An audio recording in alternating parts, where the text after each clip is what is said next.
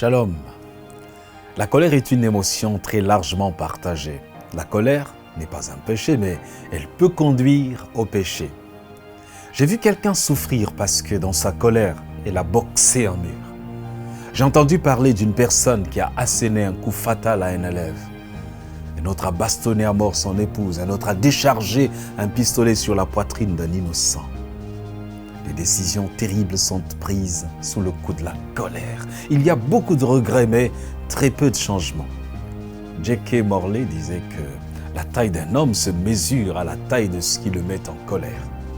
Ne serions-nous pas en majorité des nains? Il reste encore à le savoir. Jim Taylor raconte dans Currents que son ami Ralph Milton a été réveillé un matin à 5 heures par un bruit sur son toit. Encore en pyjama, il va vérifier et trouve un pivert sur l'antenne de télévision qui frappait son bec contre le poteau métallique. Furieux contre l'oiseau qui a gâché son sommeil, Ralph ramasse un caillou puis le lance. Le caillou passe au-dessus de la maison pour heurter avec fracas la voiture. Dégoûté, Ralph donna un coup de pied vicieux à une motte de terre avant de se rappeler trop tard qu'il était encore pieds nus. La colère incontrôlée, comme Ralph l'a appris à ses dépens, peut parfois être catastrophique. Comme le disait David Simmons, la colère est une émotion divine. La personne qui ne peut pas ressentir la colère face au mal est une personne qui manque d'enthousiasme pour le bien, pour la justice. Il doit y avoir une indignation légitime chez les enfants de Dieu.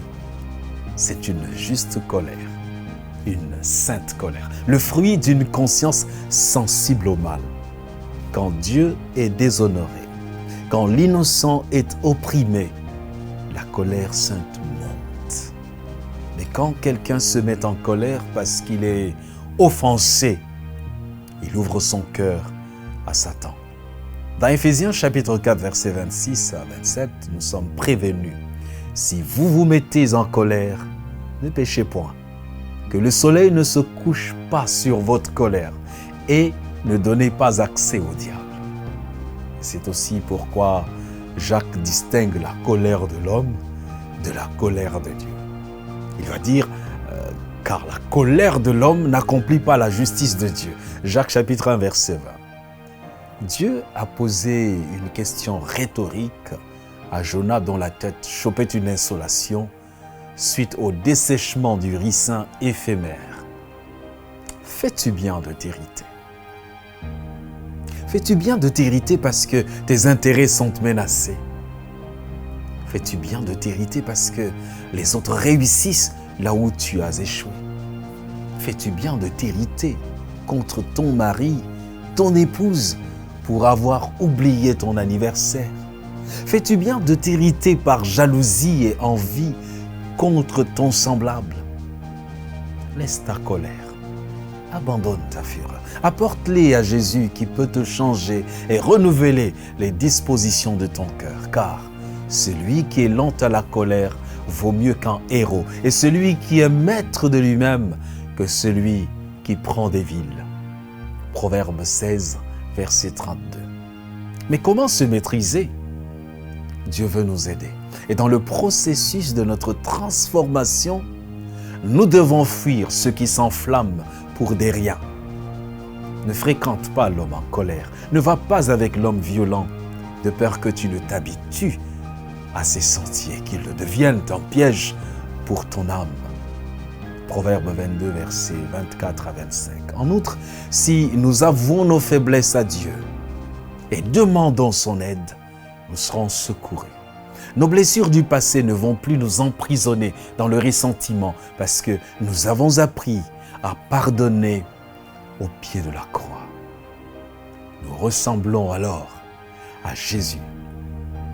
Dans plusieurs cas, Jésus a fait preuve de colère ou de sévérité lorsque les disciples ont essayé de renvoyer les mères et leurs enfants dans Marc au chapitre 10, versets 13 à 16. Il était indigné et affligé par la manière dont les disciples contrecarraient ses desseins d'amour et donnaient l'impression qu'ils n'avaient pas le temps à consacrer aux gens ordinaires. Il a de nouveau manifesté sa colère en chassant ceux qui vendaient et ceux qui achetaient dans le temple. Lisons l'histoire dans Marc 11, versets 15 à 17. La maison de prière de Dieu était transformée en une caverne de voleurs. Et Dieu n'en était du tout pas glorifié. À la mort de Lazare, Jésus n'a pas seulement manifesté de la sympathie et une profonde détresse pour les personnes en deuil, mais il a aussi manifesté un sentiment de colère et d'indignation face à la monstruosité de la mort dans le monde. C'est le sens de l'expression profondément ému que nous retrouvons dans Jean 11, verset 38. Un homme qui ne peut pas se mettre en colère ne peut pas être miséricordieux. Il n'est pas bon de réprimer, il faut le savoir, il n'est pas bon de réprimer sa colère. Reconnaissez votre problème et demandez la grâce de la transformation à Dieu. Les hommes justes et droits ne peuvent se taire et être indifférents. Ils ne peuvent regarder le mal sans le dénoncer.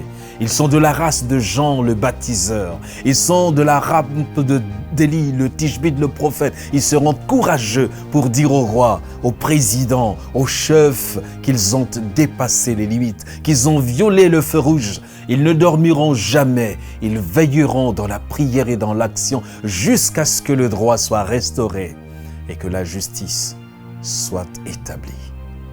Leur colère ou leur indignation sera la semence pour un monde meilleur. Ce sera le ferment d'une société au cœur épris d'amour, de justice et de la crainte de Dieu. Que Dieu vous bénisse.